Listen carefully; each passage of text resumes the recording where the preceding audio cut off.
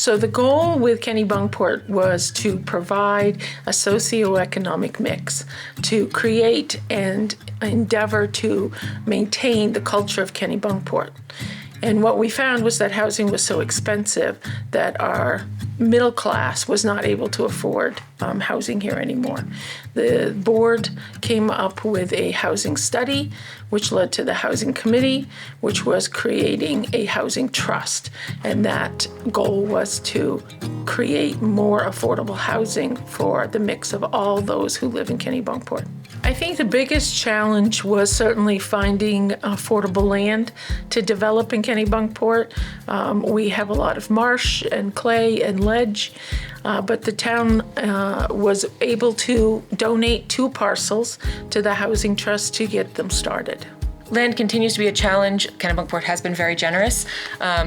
Limited land, though, means being more creative about where we're thinking about what's possible. So looking for additional partnerships, not just relying on the town, but are we able to partner with state-owned land? Can we work with utilities that have land? And can we reimagine what developable land looks like? So if a building is on an 8-acre parcel of land and they're only using 2 to 3 acres of it, could we have the backland of that parcel to put some housing on? It really just requires being as creative as possible about where safe, efficient housing can go. What we found was that perhaps our policies were ahead of our citizens.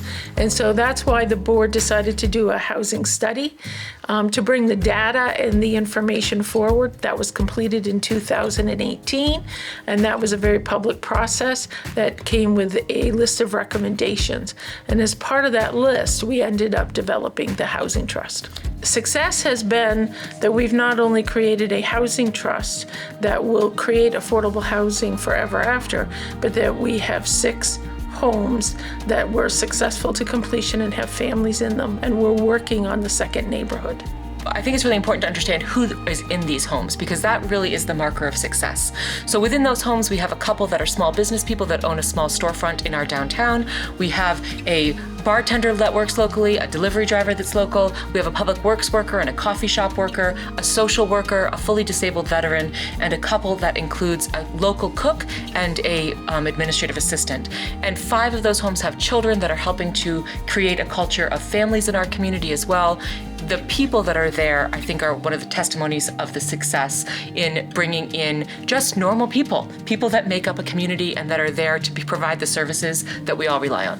I don't think it can be emphasized enough that without the political courage and the determination of the town manager and select board members at the time, this wouldn't have happened. It was a risk on their part, and they did a great job of bringing the community through conversations and having it be a public process, but they were willing to go put themselves forward to make sure that those conversations happened, and that is what has allowed this to work.